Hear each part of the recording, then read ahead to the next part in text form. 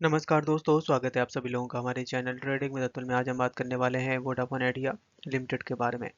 आपने देखा होगा कि किस तरीके से मार्केट में बड़ी गिरावट देखने को मिल रही है। यहाँ तक कि कोई भी सेक्टर ऐसा नहीं छूटा है जिसमें बड़ी गिरावट ना हो, क्योंकि अभी तक सबके माइंड में ये था कि रिन्यूएबल एनर्जी और सोलर से चलने वाला जो बिजनेस है काफ़ी लंबा चलने वाला है और यही अपना फ्यूचर है। बट यहाँ पे यूएस ट्रम्प और mister prime minister Narendra Modi की तरफ से एक बड़ी डील होती हुई देखी जा रही है, जिसकी तरफ से वो भी स्टॉक बहुत तरीके से टूटा। मतलब कि रिन्यूएबल एनर्जी का जो सेक्टर है यहाँ पे अब तेजी थमती हुई देखी जा सकती है।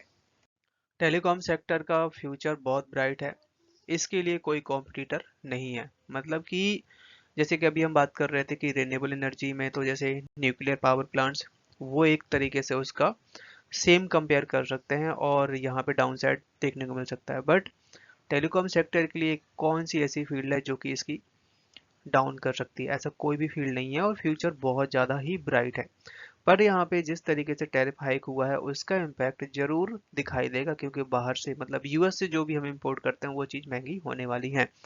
इसके साथ साथ वोडाफोन आइडिया में गाइस मल्टीपल न्यूज हैं। प्लीज़ वीडियो के लास्ट तक बने रहें। अगर आपको थोड़ी भी पसंद आए तो प्लीज़ चैनल को सब्सक्राइब करना ना भूलें। लगातार मार्केट में बड़ी गिरावट देखने को मिल रही है। निफ्टी 50 है जो कि सुबह के समय 250 पॉइंट्स की गिरावट दिखा रहा था, बट क्लोजिंग दिया है 100 पॉइंट्स के साथ में। बैंक निफ्टी है जो कि 250 पॉइंट्स टूटा है। यहाँ तक कि स्मॉल कैप का इंडेक्स है जो कि सबसे ज़्यादा टूटा है और सबसे अच्छे रिटर्न्स भी यहीं देखने को मिले थे, 1500 पॉइंट्स की डाउन साइड। बात करें यहाँ पे अगर हम वॉल्यूम एनालिसिस के बारे में, तो आज आप देख सकते हैं कि 55 करोड़ का वॉल्यूम दिखाई दिया है। कल के दिन यहाँ पे 80 करोड़ का वॉल्यूम था। लगातार जबरदस्त तरीके से जब तेजी बनती है तो खरीदारी होती है और गिरावट होती है तो बहुत तेजी से। पिछले 2 से 3 दिनों में जो गिरावट देखने को मिली है पिछले हफ्ते, वो सारा यहाँ पे खेल हुआ है यूएस की तरफ से। यूएस में जो ट्रम्प है इनकी तरफ से अनाप शनाप डिसीजन लिए जा रहे हैं, खासकर टैरिफ हाइक को लेकर। और ये टैरिफ हाइक है जो कि लगभग 100 कंट्रीज को इम्पैक्ट करने वाला है। और ऐसा भी नहीं कि इंडिया के साथ जैसे कि दोस्ती अच्छी है, जैसे कि सब लोग बोलते हैं, न्यूज चैनल पे भी दिखाते हैं कि भाई मिस्टर नरेंद्र मोदी की काफ़ी अच्छी बनती है। बट ऐसा नहीं हुआ। यहाँ पे जो टैरिफ हाइक है वो जितना इंडिया लगाता है यूएस के ऊपर, उतना ही यहाँ पे यूएस ने लगाने की बात कही है इंडिया के ऊपर। सो काफ़ी ज़्यादा महंगा होने वाला है। चाहे रिन्यूएबल एनर्जी हो, टेलीकॉम सेक्टर हो, एग्रीकल्चर फीड, मतलब कोई भी चीज़ है जो कि हम बाहर से इंपोर्ट करते हैं, बाहर मतलब कि यूएस से, वो सारी चीज़ इंडिया में महंगी होने वाली हैं। वोडाफोन आइडिया है जो कि आज के दिन 6% तक टूटता हुआ दिखाई दिया, क्योंकि सुप्रीम कोर्ट की तरफ से एजीआर रिव्यू प्लान रिजेक्ट कर दिया गया, जिसकी वजह से इंडस टावर भी 5% तक टूटा है।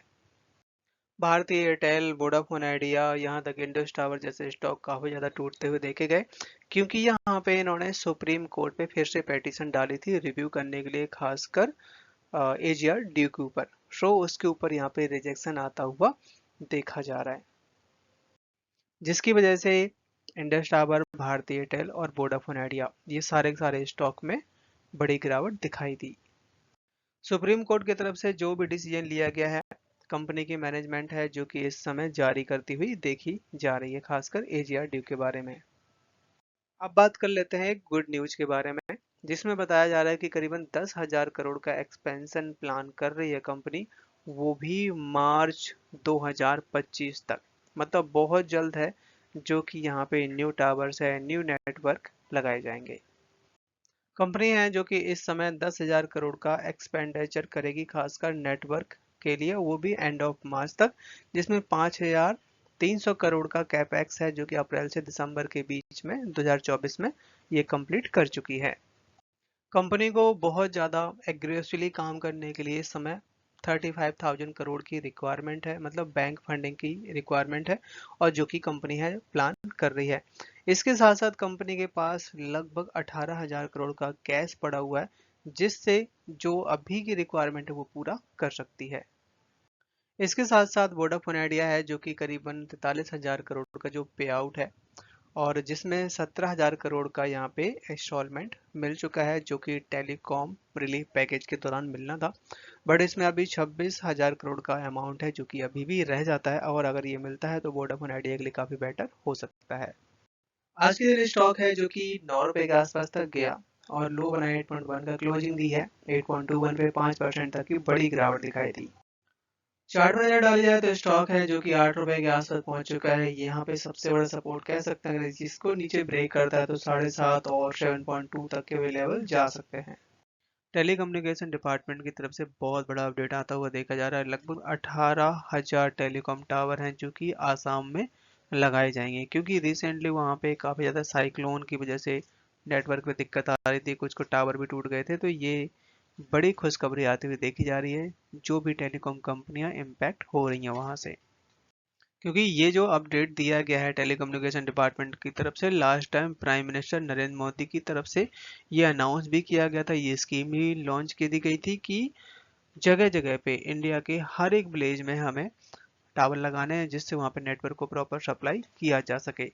तो रिसेंटली यहाँ पे natural fried fluid engage village में जो साइक्लोन आया है, उसकी वजह से बहुत सारे टावर तहस नहस हो गए थे।